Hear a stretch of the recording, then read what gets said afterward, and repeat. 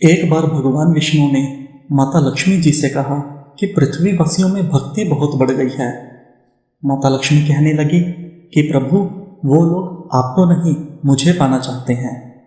नारायण भगवान कहने लगे, लेकिन वो तो नारायण नारायण कहते हैं।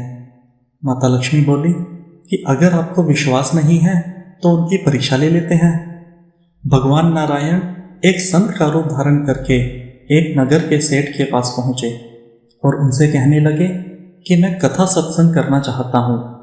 सेठ ने उनके रहने, खाने पीने और कथा करने का पूरा प्रबंध कर दिया। पहले दिन थोड़े से ही लोग कथा सुनने आए। दूसरे दिन भक्तों की संख्या बढ़ने लगी। संत जी की कथा की प्रसिद्धि हुई तो तीसरे दिन बहुत भीड़ बढ़ गई। अब माता लक्ष्मी विचार करने लगी कि अब मुझे भी चलकर देखना चाहिए। माता लक्ष्मी बुढ़िया माई का वेश धारण करके एक घर के बाहर पहुंची तो घर की मालकिन घर को ताला लगाकर कथा श्रवण करने जा रही थी। बुढ़िया माई कहने लगी कि बेटी, मुझे थोड़ा पानी पिला दो। वह औरत बोली कि माताजी, मुझे तो सत्संग श्रवण करने में देरी हो रही है। लेकिन फिर भी उसने अनमने मन से बुढ़िया माई को एक लोटा पानी दे दिया। जब बुढ़िया माई ने उसे लोटा वापस किया तो वह सोने का हो चुका था। सोने का लोटा देखकर वह औरत उत्साहित होकर कहती है कि माताजी, आपको भूख भी लगी होगी, खाने को कुछ लाती हूँ। उस औरत के मन में चल रहा था कि खाने की प्लेट, कटोरी, चम्मच भी सोने का हो जाएगा। बुढ़िया माई कहने लगी, नहीं बिटिया, तुमको कथा श्रवण में देर हो जाएगी, इसीलिए रहने दो। वह औरत बेमन से कथा सुनने चली गई।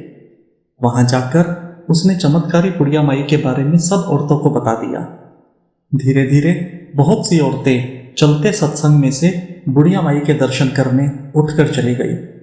बुढ़िया माई जिसके भी घर भोजन करती उसके बर्तन सोने के हो जाते।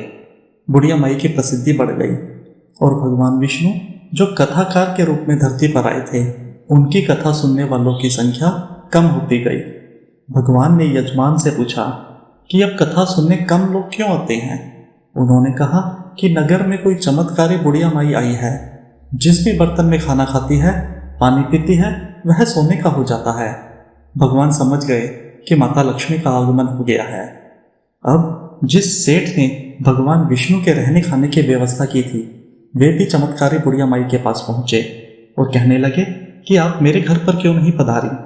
बुढ़िया माई कहने लगी कि जब तक वह कथाकार तुम्हारे घर पर है, मैं वहां नहीं आऊंगी। सेठ जल्दी से घर गया और कथाकार से कहने लगा कि महाराज, आपके रहने खाने की व्यवस्था मैंने धर्मशाला में करवा दी है। कथाकार कहने लगे कि अब तो कथा में कुछ ही दिन शेष रह गए हैं, फिर आपने मेरी व्यवस्था धर्मशाला में क्यों करवा दी।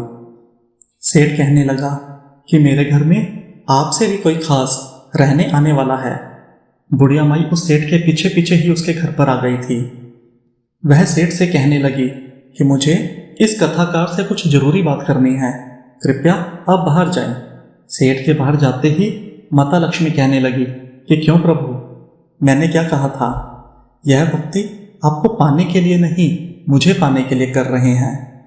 भगवान कहने लगे कि देवी लक्ष्मी, माना आप ठीक कह रही हैं, लेकिन आप यहाँ पर तब आई जब मैं नारायण संत रूप में यहाँ पर आया, और जहाँ संत कथा करते हैं, धार्मिक अनुष्ठान होते हैं, वहाँ लक्ष्मी स्वयं चली आती है। भगवान विष्णु अपने धाम वापस लौट गए। अगले दिन सेठ के घर पर लोगों का तांता लग गया। हर कोई चाहता था कि चमत्कारी बुढ़िया माई उसके घर पर आकर भोजन ग्रहण करे ताकि उसके बर्तन भी सोने के हो जाएं। लेकिन यह क्या, बुढ़िया माई ने सबको चौंका दिया और बोली कि मैं वापस जा रही हूँ। सब लोग पूछने लगे कि माताजी, हमसे क्या कोई गलती हो गई है। माता लक्ष्मी कहने लगी कि मैं वहीं रहती हूँ जहाँ नारायण रहते हैं। आप लोगों ने तो नारायण को पहले ही भेज दिया। नारायण के बिना अकेले यहाँ कैसे रह सकती हूँ। इतना कहकर माता लक्ष्मी भी अपने धाम चली गई।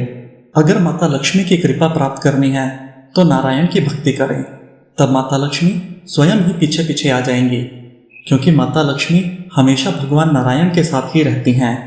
अगर आपको यह कहानी अच्छी लगी हो तो प्लीज़ इस चैनल को सब्सक्राइब कीजिए, लाइक कीजिए और कमेंट में जय लक्ष्मी नारायण लिख दीजिए। धन्यवाद।